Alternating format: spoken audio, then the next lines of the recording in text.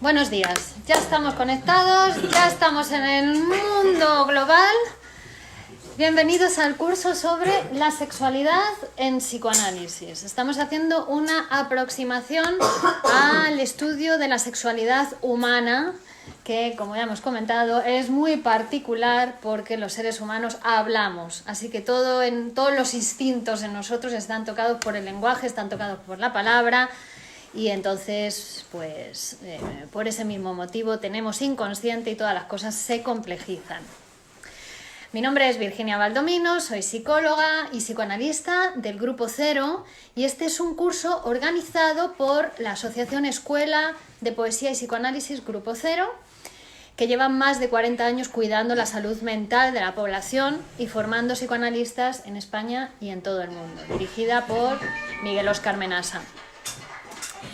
Entonces vamos a seguir hablando hoy, estamos en la tercera clase del curso. Como sabéis, este curso va a durar hasta el 7 de abril y invitamos a todas las personas que lo hacéis online a compartir en vuestros muros de Facebook y luego los que veis en YouTube pues también que lo podáis compartir, porque si somos más podemos ser mejores. Cuanto más seamos, mejores seremos.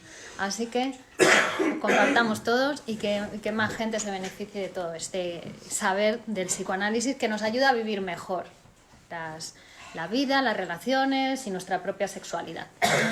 Entonces hoy vamos a hablar, la vez pasada, la clase pasada, estuvimos hablando de la homosexualidad, si recordáis, ¿no?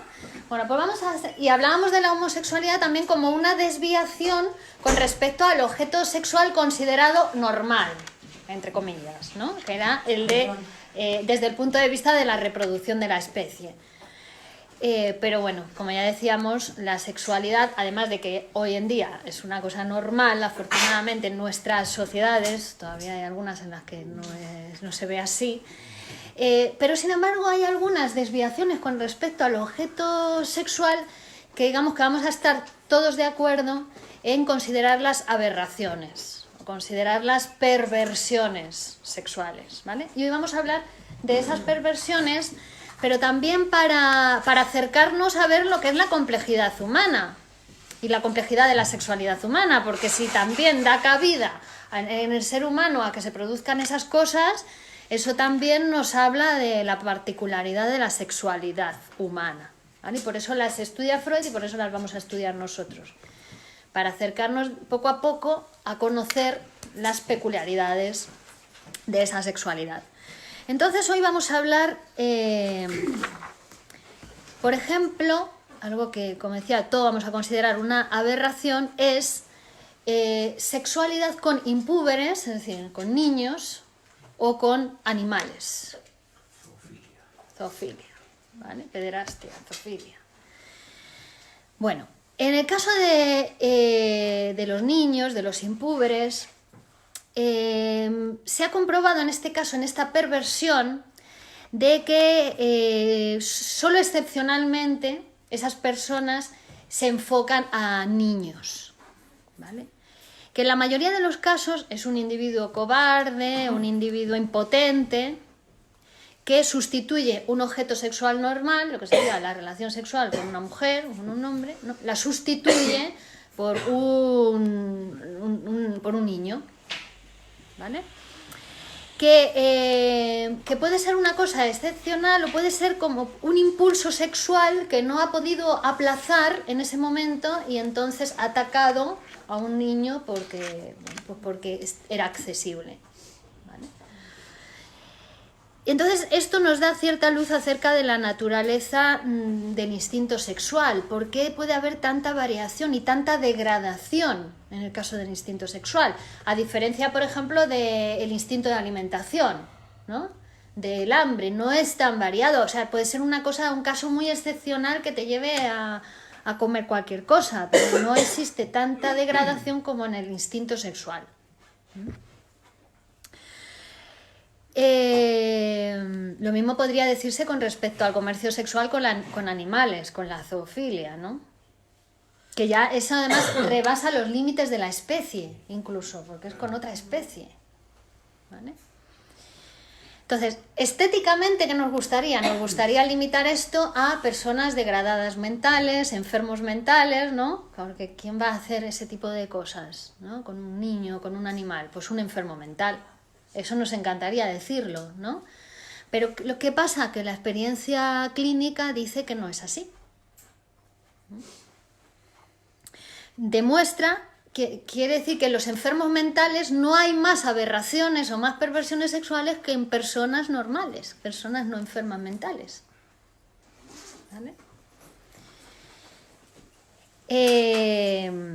Y por otra parte también se ha observado este tipo de comportamientos en personas sanas, en todos los tipos de razas, en todo tipo de clases sociales. ¿Vale? Por eso, desgraciadamente, encontramos con una frecuencia desoladora atentados sexuales contra niños, incluso cometidos por sus maestros o por sus guardadores, ¿no? Por sus padres, o por religiosos, o por... ¿no? Digo, desgraciadamente, y más allá de lo que a nosotros nos gustaría, ¿vale? Tan solo, a veces porque a ellos se les presentan más ocasiones por estar cerca de los niños de cometer este tipo de atentados. Esto da mucho que pensar, ¿no? Porque estos problemas que estamos señalando entonces indican que los impulsos sexuales están entre aquellos que más difícil nos resultan a los humanos dominar, a pesar de que sea una persona con elevada actividad anímica, intelectual, ética, en otros contextos, ¿no? Pero sin embargo pueden cometer atentados sexuales de este tipo. Es decir, te está diciendo que hay algo difícil de dominar. La experiencia clínica corrobora que aquellas personas que podríamos decir anormales desde un punto de vista mental, en un aspecto ético o social, también son anormales en su vida sexual. ¿Vale? Pero en cambio encontramos personas anormales en su vida sexual que sin embargo han seguido un desarrollo cultural normal, ¿no? En otros ámbitos de su vida, pero su punto débil es la sexualidad. Así que sigue siendo este un punto débil, a pesar de que estamos en el siglo XXI, señores y señoras, el tema de la sexualidad. Y bueno, de hecho vemos cuánta polémica genera en cuanto se piensa en abordar el tema, en hablar del tema con libertad, enseguida aparecen movimientos en contra, aparece censura, ¿no? Entonces es un tema que sigue siendo un punto débil para los seres humanos aún hoy en el siglo XXI. Menos mal que está el psicoanálisis y que está Freud y que nos explica todo el funcionamiento, ¿no? de la sexualidad humana y la importancia de la vida sexual. Hola, ¿qué tal? Tenemos por aquí a Armani, Ana María, Paqui Robles, Urban Peterson, Galo Marcos, Carmen Sánchez, Juan P. Tumbajoy, Henry Asef. Buenos días a todos. Entonces, según estas conclusiones que acabamos de decir, parece que para muchos individuos el objeto sexual, el valor del objeto sexual pasa a estar en un lugar secundario y que lo que importa es su impulso sexual. ¿Vale? Bueno, esto era todo con respecto, desviaciones con respecto al objeto sexual. Es decir, cuando una persona, en vez de elegir el objeto sexual que se considera normal, es decir, pues un adulto, un ser humano adulto, ¿no? Generalmente del sexo contrario, o como hemos visto la homosexualidad del mismo sexo, pero hay una desviación, o sea, hacia un niño, hacia un animal. Ahora vamos a ver desviaciones con respecto al fin sexual. El fin sexual, que sería el considerado normal desde el punto de vista de la especie, el coito, es decir, el encuentro genital entre un órgano genital masculino y un órgano genital femenino, desde el punto de vista de la reproducción de la especie. Bueno, pero también vemos que hay cantidad de variación con respecto al fin sexual, porque no siempre se persigue el fin del coito en una relación sexual.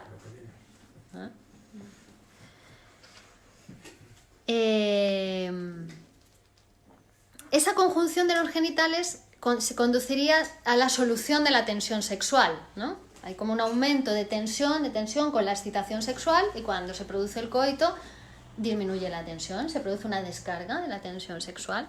Sería algo así como la saciedad con el hambre, ¿no? Tienes hambre, entonces comes y te sacias.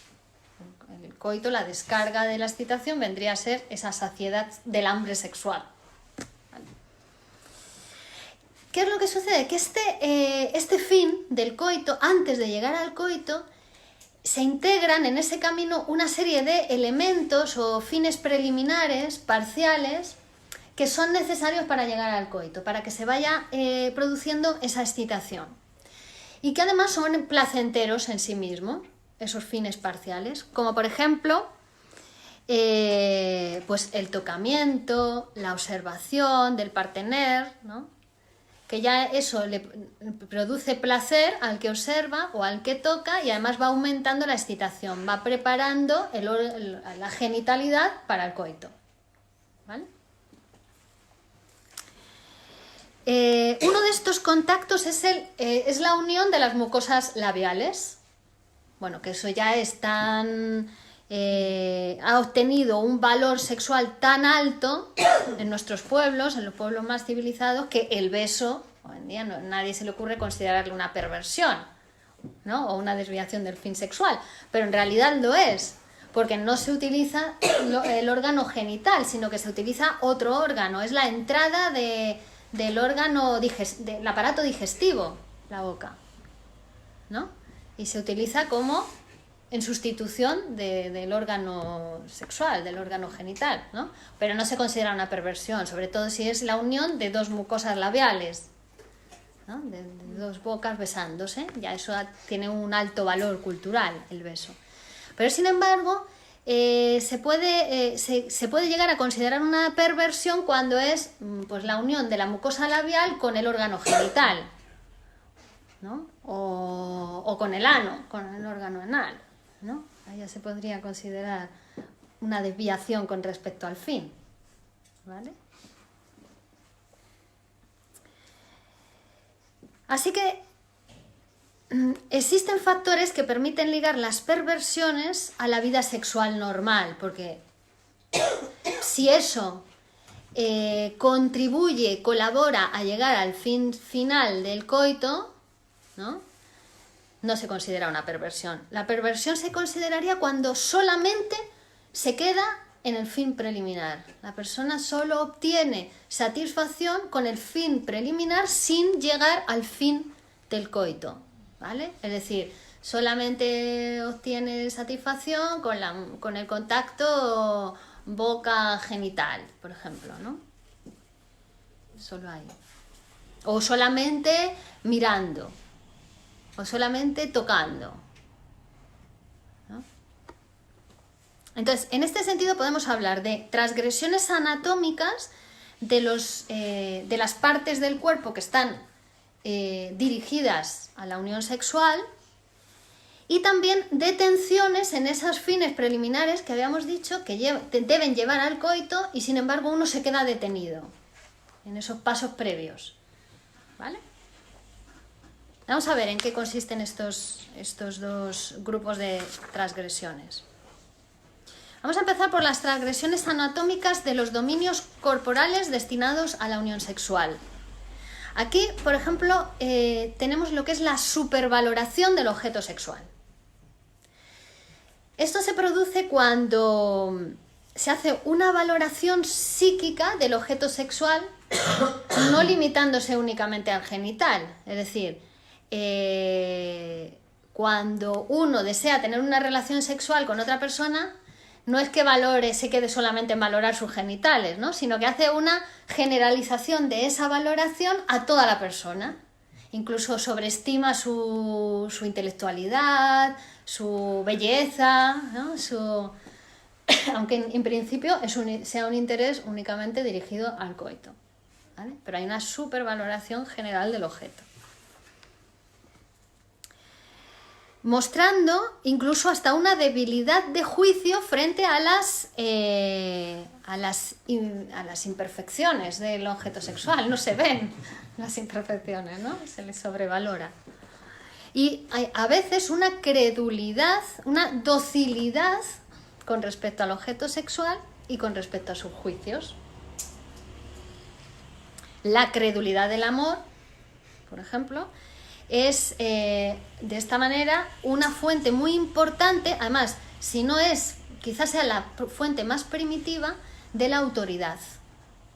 Es decir, la autoridad a través del amor. Bueno, como pasa con los primeros objetos amorosos, con los padres, que uno los respeta, ¿no? Sigue todo lo que le dicen porque los ama, los escucha, ¿vale? Pues si no amas a la otra persona, por mucho que te diga, no te importa lo que te dice el otro, ¿no? Pero si es una persona a la que amas, la que te dice haz esto, haz aquello, piensa de esta manera, ahí sí lo escuchas y hasta lo haces, ¿vale? Y también esto se ha visto, por ejemplo, en la hipnosis. En la hipnosis también se basa en esa relación amorosa del hipnotizado con el hipnotizador, por la cual el hipnotizado le atribuye, sobrevalora al hipnotizador y sigue, hasta cierto punto, las sugestiones o las indicaciones que le hace el hipnotizador.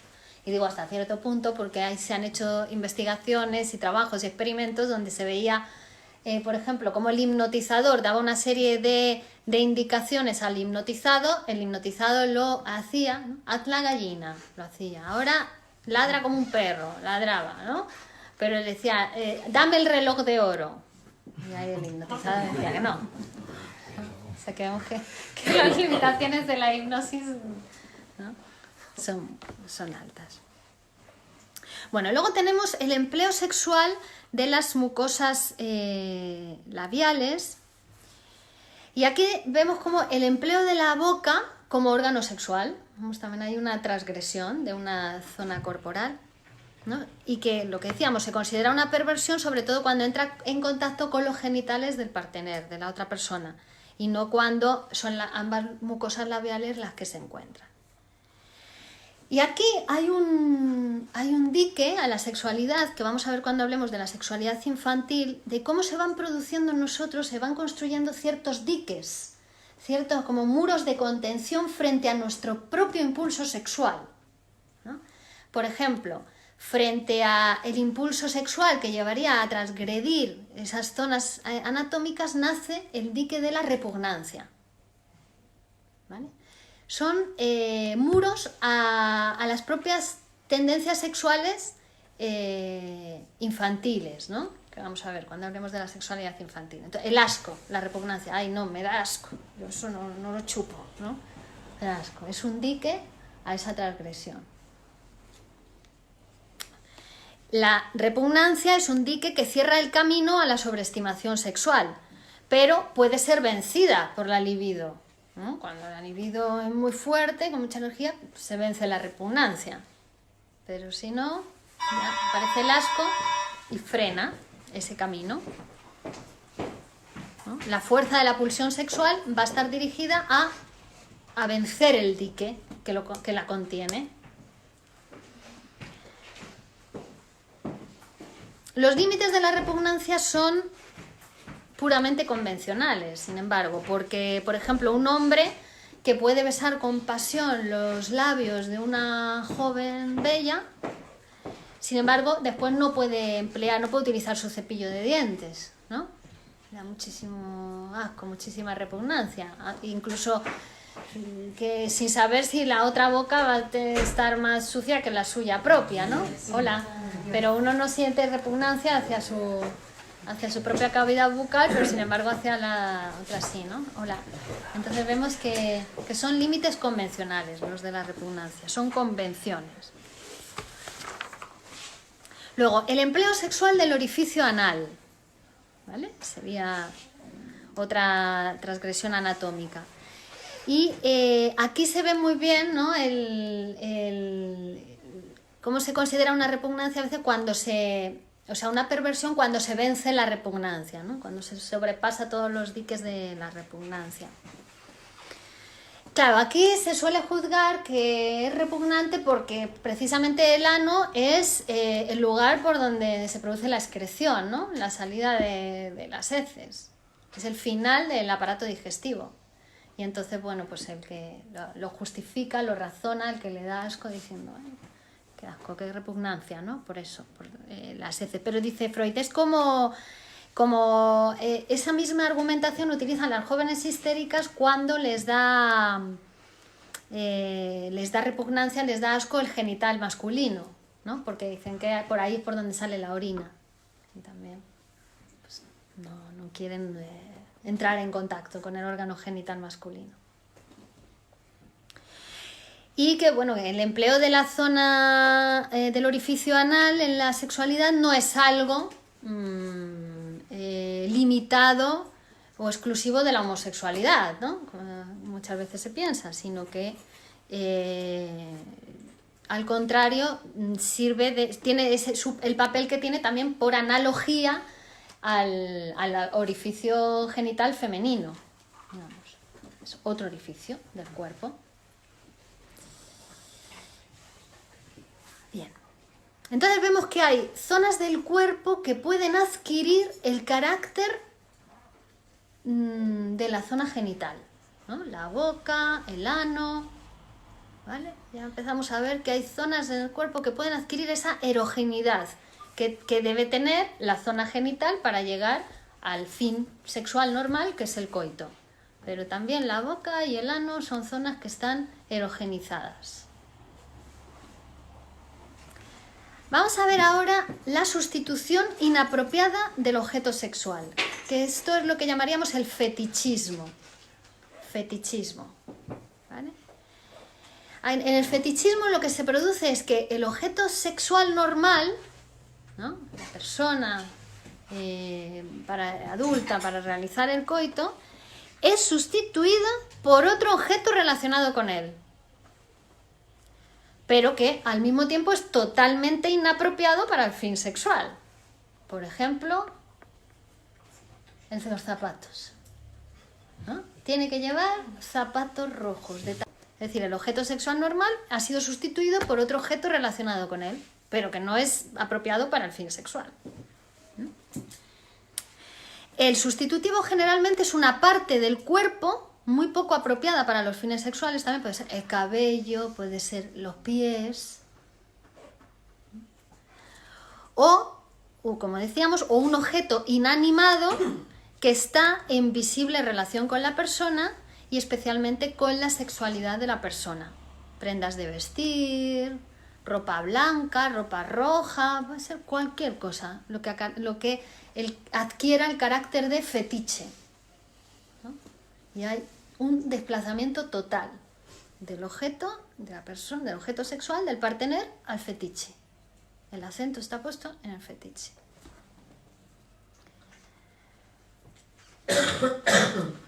Dice Freud, el sustitutivo se compara con el fetiche en el que el salvaje encarna a su dios, ¿vale? El fetiche llega a adquirir ese carácter. En el amor normal hay cierto grado de fetichismo, sobre todo en los estadios del enamoramiento, en los que el fin sexual es inasequible, ¿no? En ese momento que todavía no se puede llegar al fin sexual, o en los que el fin sexual se ve aplazado, tiene que ser aplazado. Entonces, pues ahí el enamorado, ¿no? Es capaz de quedarse con la bufanda de la enamorada, oliéndola, ¿no? En esos momentos iniciales del enamoramiento. ¿Ves? Ahí es hasta el fetichismo hasta es en cierta medida normal. Pero como siempre decimos en el psicoanálisis, la diferencia entre lo normal y ya la perversión o patológico es una diferencia de cantidad, ¿vale? Por ejemplo, en Fausto de Goethe, ¿no? Él trae un verso que dice: dadme un pañuelo de su pecho o una liga que presionara su rodilla, ¿no? Con eso me conformo, con el pañuelo, con la liga, ya me quedo tan contento. El caso patológico surge cuando el deseo hacia el fetiche queda fijado.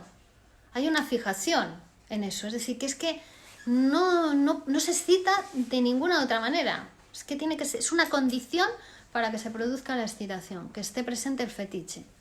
Y si no, ahí ya es una perversión, ¿vale? Eso ya lo consideramos patológico. Cuando el fetiche se coloca en el lugar del fin normal o cuando el fetiche se convierte en sí mismo en el único fin sexual. En estos, bueno, hay países donde hasta hay todo un comercio en relación con el fetiche, ¿no? Se venden las braguitas sucias, se venden cosas así, ¿no? Sí, en Japón pasa eso, ¿no? Digo que hay una comercialización y una del fetichismo también. Para que veamos, estamos hablando todo esto para acercarnos a explicar la sexualidad humana. Esto en los animales no pasa. Esto pasa en los seres humanos. ¿Vale? Claro, para la elección del fetiche va a ser muy importante y vamos a ver, en el caso de esa persona, si llega al análisis, se ve cómo tiene que ver, está muy relacionado con tempranas impresiones sexuales, que ya explicaremos. ¿Vale? Detrás de los primeros recuerdos relativos a la aparición del fetiche hay una fase separada y olvidada de la evolución sexual que ha sido sustituida por el fetiche. Pero el fetiche pasa esa fase o ese momento de la constitución sexual del niño, ¿no? Es cuando el niño va subiendo, ¿no? Sube la mirada por las piernas de la madre, ¿no? Y cuando va a llegar antes de llegar al órgano genital, antes de percatarse de la diferencia sexual, de que la madre no tiene pene, ¿vale? Se queda en el camino, no llega, encubre la falta de pene en la madre, el niño. Se queda en el camino, por eso se quedan los zapatos, en la liga, en la media, en la braguita, ¿vale? Eso ya lo vamos a ver más detalladamente, pero para ir adelantándolo. Es en ese camino, en ese recorrido, para encubrir algo, para encubrir la verdad de castración, para encubrir la diferencia sexual, para encubrir que somos seres mortales provenientes de padre y madre, ¿no? Se queda en el camino, el fetichista, el perverso, ¿vale? Lo que hace el perverso es una negación, una renegación de la diferencia sexual. En otros casos, es una asociación de ideas simbólica, casi siempre inconsciente, lo que ha conducido a la sustitución del objeto sexual normal por el fetiche. El pie, por ejemplo, es un símbolo sexual también. Simbólicamente hablando, es un sustituto del pene, el pie. ¿Vale? Y el zapato o la zapatilla son símbolos de genitales femeninos, ¿no? Por ejemplo, en el trastorno obsesivo compulsivo no es extraño encontrar un síntoma, y hay casos en la literatura donde el obsesivo se pone, se quita el zapato, se pone, se quita el zapato, se pone 50 veces, ¿no? Se pone, se quita el zapato, se pone, sin darse cuenta porque es inconsciente y está todo condensado en el síntoma, desplazado, pero que es un acto sexual sustitutivo, ¿no? Mete, saca, mete, saca, mete, saca. El pie como órgano genital masculino, zapato, órgano genital femenino, ¿vale? Desplazamiento total. En algunos casos, en los síntomas neuróticos, el simbolismo va a ser fundamental para poder comprender los síntomas neuróticos, ¿vale? Y los síntomas perversos también. La perversión viene a ser, o la neurosis viene a ser el negativo de la perversión. Lo explicaremos también. Y las pieles deben su papel de fetiche a la asociación con el vello que recubre el monte de Venus. Pero tampoco, aunque haya una cosa de simbolismo que es general, que tiene que ver con la cultura, que tiene que ver con la escritura, que tiene que ver con la historia de la civilización humana, lo simbólico, el simbolismo, igual que vimos en el curso de la interpretación de los sueños, ¿no? Como el simbolismo en el sueño también tiene que ver con ese con el lenguaje más arcaico de la humanidad, ¿vale? Bueno, pero también siempre tiene que ver con algo de la infancia del sujeto, con sus experiencias o fantasías sexuales infantiles, que eso es lo que se va viendo en el psicoanálisis de la persona. Bueno. Ahora vamos a hablar de la fijación de los fines sexuales preliminares. O sea, hemos visto ahora transgresiones anatómicas, ¿no? Transgresiones anatómicas y... eso es. Y ahora vemos fijación de los fines sexuales preliminares. Es decir, que también puede pasar que uno se quede fijado en esos pasos previos antes de llegar al coito. Que esos pasos previos forman parte de la normalidad para llegar al coito. Pero si uno se queda fijado ahí y no llega al coito, pues ya eso se considera también una perversión. Por ejemplo, bueno, nos dice... Todas las circunstancias, cualquier circunstancia que dificulta llegar al coito como fin sexual normal, por ejemplo, impotencia, por ejemplo, que un coste elevado del objeto sexual o peligros del acto sexual, cualquier cosa que dificulta llegar al fin favorece una tendencia a quedarse en esos pasos previos, en esos preliminares.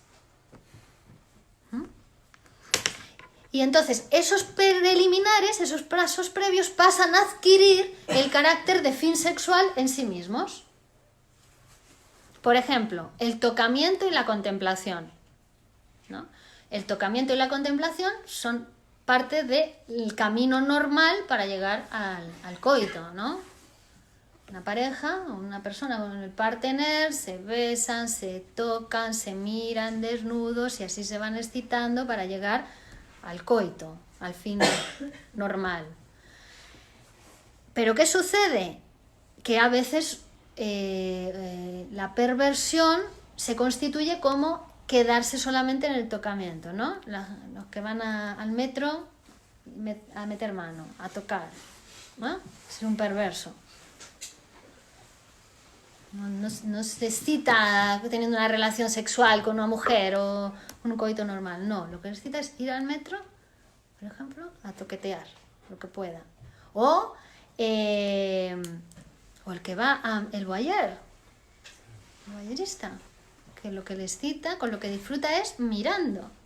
Y se va a determinados lugares donde sabe que puede ver a las parejas, ¿no?, haciendo el amor, y se va a mirar.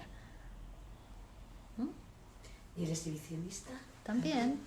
Ahora vamos a ver el exhibicionista porque vamos a hablar de los pares antitéticos, ¿no? Voyeurismo, exhibicionismo, sadismo, masoquismo. ¿Vale? Vamos a hablar ahora mismo de eso. Entonces estos son pasos preliminares que en sí mismos producen placer, ¿no? Producen placer, producen excitación. La impresión visual es el camino por el que generalmente se despierta la excitación libidinosa, ¿no? De hecho, la ocultación del cuerpo que nos exige la civilización, que vayamos vestidos, ¿no?, también eso lo que hace es mantener despierta la curiosidad sexual. Y lo que tendemos a hacer es mirar al objeto por descubrimiento de las partes ocultas. Vamos descubriendo las partes ocultas y ahí se va despertando la excitación sexual. Esta misma tendencia de, digamos, el placer escópico de la mirada, pulsión escópica, está a la base del arte y de la contemplación de las obras artísticas, que en sí mismas puede producir placer. Hasta se puede producir un orgasmo mirando un cuadro. ¿Probarlo? ¿No? Está a la base de la contemplación artística. También es el mismo sustrato. Es el mismo. Imagínate en el Museo del Prado y todo el mundo. Sale con unas alegrías, todo el mundo con una cara de felicidad, relajados. Claro. Fíjate. Exacto. ¿Cómo se olvida la gente? Bueno, entonces, ¿cuándo se convierte la contemplación en una perversión? Pues cuando se limita exclusivamente a los genitales, no solamente le interesa mirar los genitales de otro, ¿no? Ahora mirando los genitales del otro, ahí es una perversión.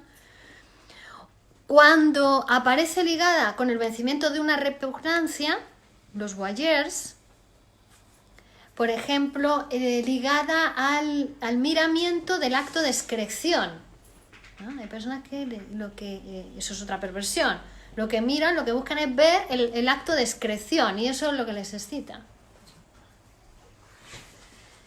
O cuando en vez de preparar para el fin sexual, que sería lo normal para llegar a la contemplación, para llegar al coito, no, lo reprime el fin y uno se queda solamente en la contemplación. Ahí también es considerado una perversión.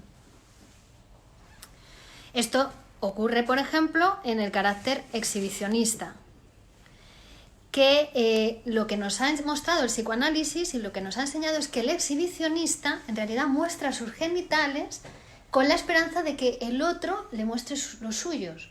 Es decir, que también en el exhibicionista hay un placer voyerista. Lo que quiere es ver los genitales del otro y por eso exhibe los suyos. Entonces ahí, en ese caso, por ejemplo, de voyeurs exhibicionistas, vemos cómo el desarrollo de la pulsión sexual humana, estamos hablando de pulsiones, no de instintos, porque ya vemos que en los animales esto no se produce, nada de lo que estamos hablando, esto se produce en los seres humanos, porque no son instintos puros como los animales, son instintos tocados por la palabra, son instintos humanizados, y eso hace que nuestra sexualidad pueda ser perversa. ¿Vale? Entonces, que esa pulsión sexual siempre se desarrolla en forma activa-pasiva. Tiene como dos polos, el polo activo y el polo pasivo, ¿no? El polo exhibicionista y el polo voyeur, mirón. El que exhibe y el que mira, ¿no? Pero son como polos de la pulsión sexual. El dique, igual que antes hablábamos de la repugnancia como dique que se opondría al contacto con el orificio anal, por ejemplo, aquí hablamos del pudor, de la vergüenza, como dique a el exhibicionismo o a la contemplación. Son diques que han nacido en nosotros también a lo largo de la historia de la civilización humana para contener esos impulsos sexuales. ¿No? Que no hace falta que nadie te lo diga, que ya uno siente vergüenza y no muestra sus genitales por la calle. Que no hace falta que uno... Normalmente no. Bueno, hay gente que va desnuda también. Bueno, Hay claro. gente de todo. Hay gente de todo. Lo ven tan normal. Pero que los diques nacen por el hecho también de ser sujetos humanos, de ser seres humanos, seres hablantes, y en nuestra constitución psíquica nacen esos diques a la sexualidad. ¿Vale? Diques de contención al impulso sexual, que ya hemos empezado la clase diciendo que es el más difícil de dominar para el ser humano por lo que vemos, ¿no? Vamos a hablar ahora del sadismo-masoquismo, otro par antitético, igual que hemos hablado de exhibicionismo, voyeurismo, hablamos ahora de sadismo-masoquismo. ¿Qué es el sadismo? Es la tendencia a causar dolor al objeto sexual. Ese sería el sadismo. Y el masoquismo es la tendencia a ser maltratado por el objeto sexual. Bueno, esta es la perversión más extendida. Son forma activa y pasiva también.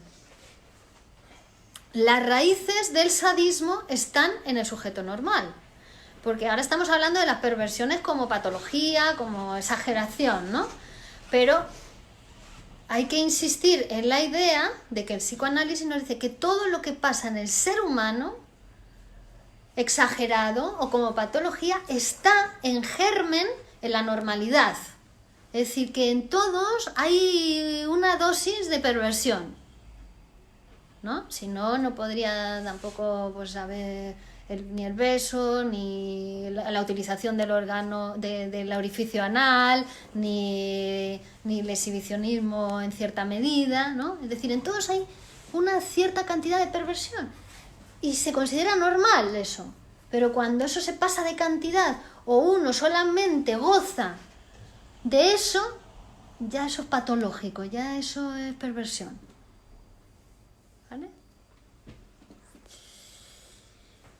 La sexualidad de la mayor parte de los seres humanos muestra una mezcla de agresión, de tendencia a dominar al otro, que tiene una significación biológica, que está explicado biológicamente, ¿no? Pues por el hecho de que para el coito también hace falta vencer la resistencia del otro, ¿no? Para la penetración, hasta si un niño ve por casualidad el acto sexual de sus padres, lo interpreta como una cosa sádica, como una cosa violenta, ¿no? Porque para la penetración hay movimiento, ¿no? Incluso puede llegar a ser violento, hay jadeos, la respiración se altera, puede haber hasta gritos, ¿no? El niño lo interpreta de una manera sádica. Pero porque hay cierto componente sádico también, hay cierto componente agresivo en el encuentro sexual, ¿no? El sadismo es un componente agresivo de la pulsión sexual exagerado, hecho independiente y colocado en primer término, por un desplazamiento, ¿no? Ese componente normal de la pulsión sexual se ha separado, se ha independizado y ha adquirido un protagonismo exagerado, ¿vale? En el caso del sadismo. Entonces, el sadismo va desde una posición activa y dominadora sobre el objeto sexual hasta la perversión del sádico, ¿no? Que está únicamente vinculada a la humillación del partener, al maltrato del objeto sexual. Llega a darse hasta, ¿no?, de maltratarlo, de pegarlo, al masoquista, ¿no?, que se deja pegar, se deja maltratar, porque el goce sexual de ellos se encuentra de esa manera, en ese tipo de perversiones. El masoquismo, en su posición extrema, en la posición patológica o perversa, es esa conexión de la satisfacción sexual con el padecimiento del dolor. Tienen que sentir dolor, humillación, para sentir excitación o satisfacción sexual. Bueno, y aquí el psicoanálisis empezó estudiando este tema, sadismo, masoquismo, y no sabía si era primero el sadismo y su transformación en lo contrario, ¿no? Si primero el ser humano era sádico y luego masoquista, o primero era masoquista y luego sádico, ¿no? ¿Cómo se producía esto en nosotros, en la sexualidad? Entonces Freud va a diferenciar diferentes formas de masoquismo y nos habla de que hay un masoquismo primario, un masoquismo erógeno, que es el placer en el dolor, ¿no? Y hay veces que hasta lo podéis comprobar, ¿no? Que hasta una cachetada al partener en el momento de acto sexual, un azotazo, no sé qué, hasta es placentero, hasta aumenta la excitación del partener, ¿no? Ese sería el masoquismo erógeno, que también justifica en muchas ocasiones el mantenimiento, la producción y el mantenimiento de los síntomas neuróticos. Es decir, que aunque parezca increíble esto, hay cierto goce también en el síntoma, aunque sea algo doloroso, pero precisamente porque en el dolor hay un componente erógeno también. Ese sería el masoquismo primario, masoquismo erógeno. Y luego nos habla del masoquismo femenino y el masoquismo moral. Masoquismo femenino generalmente se da en hombres, así más estudiado en hombres, ¿no? que gozan en posición femenina. Y el masoquismo moral, bueno, ese está en todo el mundo, ¿no? Cuando tú te empiezas a castigar a ti mismo, tu conciencia moral, y te da, ¿no? Y uno a sí mismo se critica, se maltrata, se insulta, pero qué tonto eres, ¿cómo has podido hacer esto? ¿Cómo te ha podido pasar? ¿Por qué a mí? Ay, es un masoquismo moral. Bueno, pues también ahí hay un goce, ¿vale? Y luego está el sadismo que hay en todos también, una dosis sádica, vuelto contra uno mismo. Eso constituiría lo que sería el masoquismo secundario, que es el sadismo que cuando no lo puedes dirigir hacia otro, lo diriges hacia ti mismo, ¿vale? que sé, en muchos síntomas, por ejemplo, histéricos, cuando una persona te ha dicho algo que te ha ofendido y uno no dice una frase, no le dice la frase adecuada, no tiene la frase adecuada para responderle en ese momento, ¿no? Y se calla y después llega a casa y le empieza a doler mucho la tripa o le duele la cabeza, ¿no? Porque se ha tragado la frase. Se ha tragado la frase, ¿no?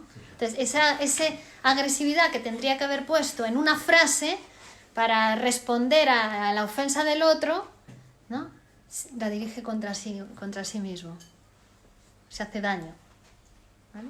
Todo esto son mecanismos inconscientes, pero así funciona. Frecuentemente podemos ver que el masoquismo no es otra cosa que el sadismo dirigido contra el propio yo. También esto es muy importante porque la complejidad del aparato psíquico es tal que, como hemos dicho muchas veces, no somos uno, no somos un individuo, somos por lo menos dos, nuestra parte consciente y nuestra parte inconsciente, es como si fuéramos dos personas en una. Lo que pasa es que hay una de ellas que no la vemos, solo vemos sus efectos en nuestra realidad. Y a veces culpamos al otro, muchas veces, la mayoría de las veces. Tiramos balones fuera y lo vemos no, es que tú me has dicho, es que tú me has hecho, es que la gente me odia, es que me persiguen, es que, mira, me envidian. Y eres tú contra ti mismo, ¿no? Muchas veces. Tu sadismo dirigido contra el propio yo. Y a veces el propio yo también se coloca como objeto sexual. Como objeto sexual y también como objeto de maltrato. En este caso, el dique, igual que antes hemos hablado de la repugnancia como un dique y del pudor como otro dique, en este caso es el dolor, el dique al impulso sádico o el impulso masoquista. Es el dolor el que lo contiene, ¿vale? Es otro dique de contención a los impulsos sexuales humanos. La historia de la civilización humana nos enseña cómo la crueldad y el instinto sexual están íntimamente ligados. Íntimamente ligados. Bueno, incluso la muerte y el orgasmo. El orgasmo en francés se llama la petite mort. ¿Veis cómo hasta en las palabras, en las frases está ligado, ¿no? Entonces la agresión, el acto sexual aparecen ligados. Algunos autores dicen que es un resto de los placeres caníbales, de los orígenes de la humanidad, cuando todavía el canibalismo no estaba prohibido, ¿no? Cuando no era una sociedad civilizada, no había civilización, no había todavía ningún tipo de civilización. Se cree que provenimos de una horda primitiva antes de que hubiera la primera civilización totémica, ¿no? Entonces, que de ahí nace ese impulso sádico en nosotros, porque nada de lo que hemos pasado, nada de esos momentos de la humanidad por la que ha pasado nuestra civilización ha desaparecido en nosotros, está en nosotros. De hecho, pasamos desde que somos niños, desde que nacemos, hasta que nos constituimos como un sujeto psíquico, social, adulto, pasamos por todos esos momentos y todas esas fases por las que ha pasado la humanidad a lo largo de la historia de la humanidad. Pues la fase canibalística, ¿no? El niño, toda la boca, todo lo conoce por la boca, ¿no? Ya vamos a hablar de ello, ¿no? Y no se come a su madre porque no puede, si no se la comería.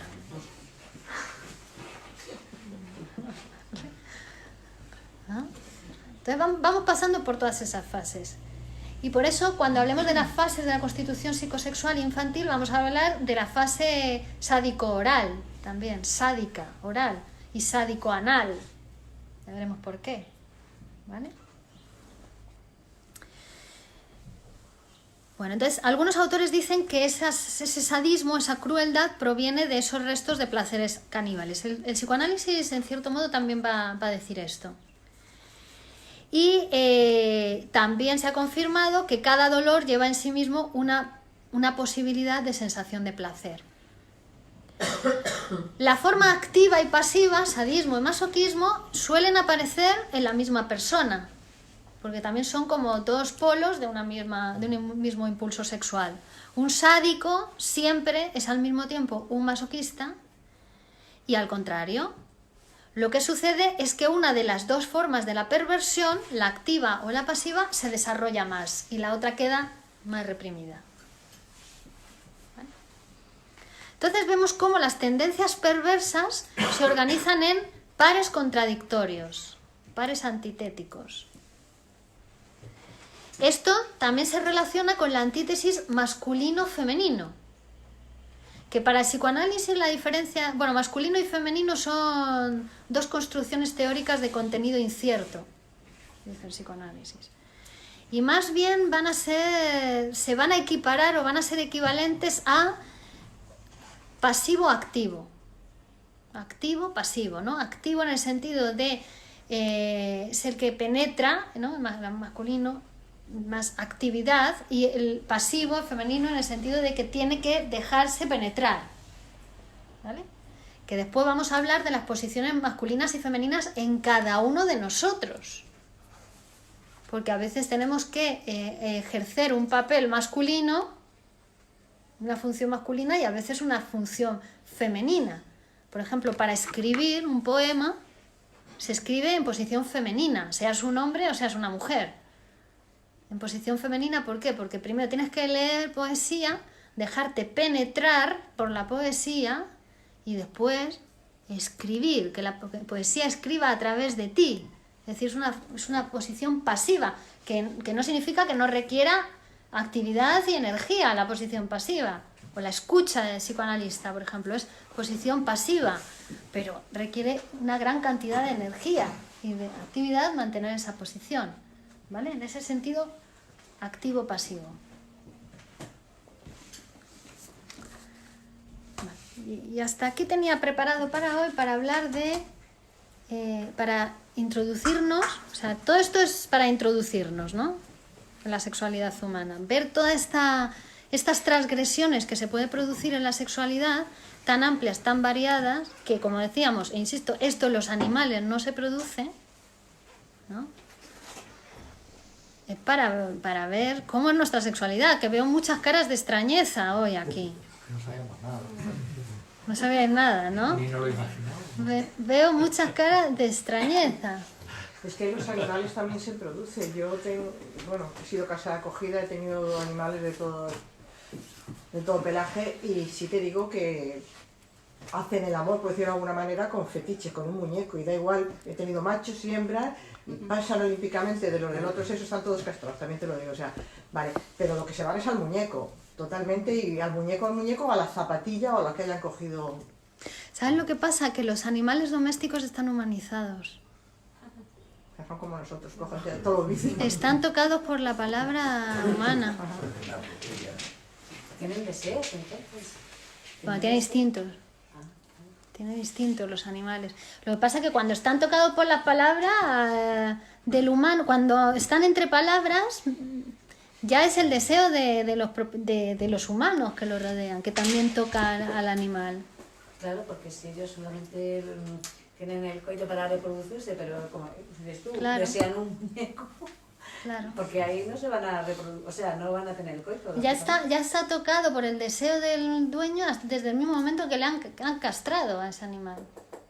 Además, la gente, los animales de compañía, desde el paleolítico ya están en contacto con el hombre, ya son una ocasión de convivir, de humanizarse, ¿cierto? ¿No? Claro. Desde el final del paleolítico ya están en contacto con el hombre y han convivido, han compartido hogar, por lo menos cueva.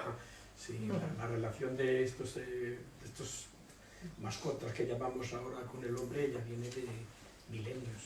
Claro, no pueden hablar, no hablan, es lo que nos diferencia con los animales, que nosotros hablamos y los animales no hablan. Pero pero viven entre palabras también. También en cierta manera te entienden, porque Te entienden divinamente, aquí y pero aquí. divinamente, vamos. Y hasta Tú estás sin comprenden. mirarlo siquiera, estás así, dices, bueno, pues voy a bajar a la calle y vamos, es que hay como dos resortes. Entienden cantidad de palabras, pero cantidad. Porque no te estás moviendo, no estás haciendo nada que vaya, no, si coge la correa saben que van a la calle, pero estás sentado tranquilamente, dices cualquier palabra y entienden cantidad de palabras nuestras, vamos. Claro, lo que pervierte es el lenguaje. Que nosotros también somos animales pervertidos por el lenguaje. Los documentales de la 2 son muy instructivos, ¿eh? De los animales salvajes también. Sí. Ves el león, ves las avestruces, ves cómo funcionan y Claro. impresionante.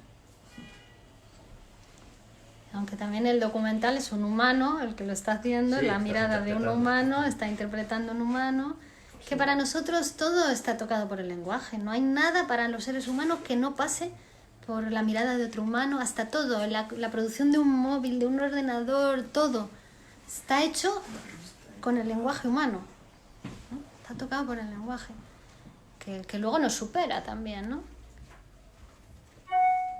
Porque después, claro, ahí viene la perversión, ¿no? Entre todas las posibilidades del lenguaje, pues la neurosis, pues uno se queda combina las palabras de una cierta manera, y hay palabras que le dan asco, hay palabras que le da vergüenza decir, hay frases que no las puede ni pronunciar porque le duelen. Ay, cómo me duele, es que no lo puedo ni decir. O le da asco, o le da repugnancia, ¿ves? Eso. Cuando hablabas antes de los fetiches, sí. Me recuerdo una película que hayáis visto de estas de Torrente, que son terribles, pero bueno, tiene algunas cosas. Una de ellas no recuerdo cuál es, que está en casa de la vecinita, que estaba detrás de ella, calzón quitado, y se va al servicio y se encuentra unas braguitas. Y entonces, qué pieza, coge, empieza a olerlas, se las lleva, duerme con ella, y está todo el día oliéndola, hasta que un día le ve y dice, anda. Y dice, pero esas son las bragas de mi abuela que no encontraba, ¿qué haces con ella? El grito se oye el grito. Hasta se va como por bastida ahí, pero aquello es genial. Y me estaba recordando cuando hablaba de los fetiches y de lo que dormía y la sabía y todo, hasta que estaba yo con la abuela, el corcho, se acabó la magia. Se desfechitizó. Ay, aquello es genial, algo genial. Algo que yo creo que es una barbaridad, me causa bastante risa y va en línea de lo que estamos hablando, de comportamiento humano. Bueno, el comportamiento de los animales, porque yo he dado también sobre la sexualidad de los animales, y eran dos monos y la monilla quería que se fijara, y como no le hacía ni caso, ya le tiraba piedras y salía corriendo. Y yo me hacía una gracia, digo, pero bueno, claro. Son geniales. El monito estaba nada más que con su comida, y ya la otra ya la cabreaba y le tiraba la piedra como diciendo, por favor, que esto... y salía corriendo. Claro. Digo, será la expresión esa de... Del sadismo, hasta un 90% de código Sí, genético. Con algunas especies de simios compartimos un 97 y un 98% de código genético, con lo cual... Yo me acordaba de tirar los tejos de los helados. De ahí viene, tiran los tejos, claro. Pero es que no, se hacía la loca y corría. Bueno, El acto de cortejo de los animales también Era tiene súper que ver con gracioso. eso. Ayer era impresionante ver al macho de la avestruz bailando, pero bailando delante de la hembra sentada allí mirando. Bailando, que era increíble. Y ahí se tiró, Como ya una bolsa, se tiró bailando. es un mejor ese. Después de la pelea con el otro macho, luego baila. Sí, que no nos diferenciamos tanto, que la mutación esa que están buscando está en el lenguaje. Que algunos dicen que fue una mutación extraterrestre, que vinieron y probaron en los primates y de ahí sacaron el humano, ¿no? Ahora los más novedosos dicen, pero es el lenguaje lo que nos diferencia. En D-Max, ¿no? En alienígenas. Claro, sí. Es que te responde a un montón de preguntas. Sí, es Te que... quedabas en el aire. Es que no podemos dejar de considerar esa cuestión, porque no vamos a ser los únicos del universo. Eso sí que sería narcisista por nuestra parte y considerar que solo somos los únicos seres vivos de todo el universo. Lo pensamos, ¿no? Y así nos da. Así no. Claro que sí. Virginia, yo tengo una teoría y es que a la gente que le gusta comer mucho, también le gusta mucho el sexo. O por lo menos el sexo oral, porque es Claro. por la boca. Está todo en la sexualidad oral, como vamos a ver, fase canibalística, todo comer, se come al otro. Y normalmente está desplazada totalmente la genitalidad a la oralidad. Es un acto sexual, por eso no comen todo el tiempo, es sexual total. Y muchos síntomas también, vómitos histéricos, también pueden ser sexuales, ¿no? O bulimia, en la bulimia también, como y expulso. Entra y saca también. Sustitución de un acto sexual desviada totalmente, ¿no? Ha tomado otro órgano, una transgresión anatómica, desviado del fin sexual normal. Y otra forma, bueno, que es de sexualidad, pero es en la calle, cuando dos personas a lo mejor se quieren. Las cosas con el tacto y el tocamiento, pero no cuando se está haciendo sexo. El otro cariño y eso, yo noto que hay muy poco. Digamos, embelesarse, si una pareja le gusta a uno, echarle el pelo para atrás, tocarle, apretar los hombros, que exista el tacto sin la palabra. Ajá. Esas caricias y esas cosas, yo es que lo veo muy poco entre pues, un matrimonio, una pareja, algo. No sé si me entiende por dónde voy. Ajá. Si me entiende lo que quiero yo decir, a través del tacto, no solamente de la palabra ni del físico, a través del tacto. Ajá. Esas caricias y esos mimos y ese arrullamiento y esas cosas, ese embeleso, a través del tacto, no hay mucho. Ajá. ¿Pero antes no había más o qué? No sé, bueno, yo en algunas parejas le veo de cogerle ella o él y cogerse así del pelo y ¿me entiende? No sé, cosas que o los hombros se aprietan sin nada absolutamente de palabra, ¿no? Como algo que quieres y que... Ajá. Ahora lo hacen por WhatsApp. Ya te digo, que ahora ya ha cambiado mucho. Se manda el besito, ¿no? Y se lo imagina. O un abrazo. Un abrazo. Cosita de eso, ¿sí? Pues Una pregunta, Virginia, en los trastornos de depresión o el trastorno obsesivo, ¿estas perversiones sexuales se acentúan? La neurosis es el negativo de la perversión. Era lo que os Por decía ejemplo, antes. en el sadismo Claro, en o en el el masoquista, si está deprimido, en el claro, acto sexual será más masoquista. el obsesivo, por ejemplo, es muy sádico. Eso. El obsesivo es muy sádico, ¿no? Le repite a la pareja, la cosa, 1, 2, 3, 4 veces, hasta que le hace llorar al otro. Ya cuando el otro se pone a llorar, ya frena, ¿no? O sea, que está relacionado. Claro, es como que está inconsciente, ¿no? Igual en la perversión está manifiesta el sadismo, ¿no? Tiene que pegarle con el látigo para disfrutar. Está a la vista, manifiesto. En la neurosis está inconsciente el sadismo. Está el síntoma neurótico, tú lo que ves es el síntoma neurótico, que se repite, que está todo el día pensando, diciendo lo mismo, pero el sadismo está inconsciente, porque al otro lo acaba haciendo llorar a través de su síntoma. ¿Ves? La neurosis es el negativo de la perversión, pero están los mismos componentes, ¿no? Has mencionado y la depresión. La depresión, claro, la depresión vimos que ahí había una interiorización del objeto perdido y luego hay una lucha con el objeto perdido hasta llegar a matarlo. O sea, hay un sadismo, se apodera la conciencia moral, el superyo, se apodera de la pulsión de muerte, se apodera de todo el sadismo del sujeto y lo dirige contra el yo identificado con el objeto perdido. Lo puede llevar al suicidio. Al suicidio, que es un asesinato tímido, porque no se mata, el suicida no se mata a sí mismo, mata al objeto con el que se ha identificado, ¿no? Entonces, veis, son los mismos componentes. Estamos viendo, para que veamos cómo esto de la sexualidad no solamente es lo genital, ¿no? Que la sexualidad está en todo, está tocando todo, porque estamos viendo sus componentes. Una pregunta, Virginia. ¿Y la gente que le gusta a todos curas, que no sé, es perversión o vergüenza? En ese caso, o sea, que no se puede... sería como una exageración del dique del pudor, ¿no? Bueno, eso hay que ver qué dicen. Es que puede ser un mismo hecho, en función de lo que diga la persona, puede ser una cosa u otra, porque también puede ser que le da repugnancia ver el órgano sexual del otro, es para no ver la diferencia sexual. De nuevo, una manera de negar la diferencia sexual, negar que venimos de padre-madre, que somos mortales.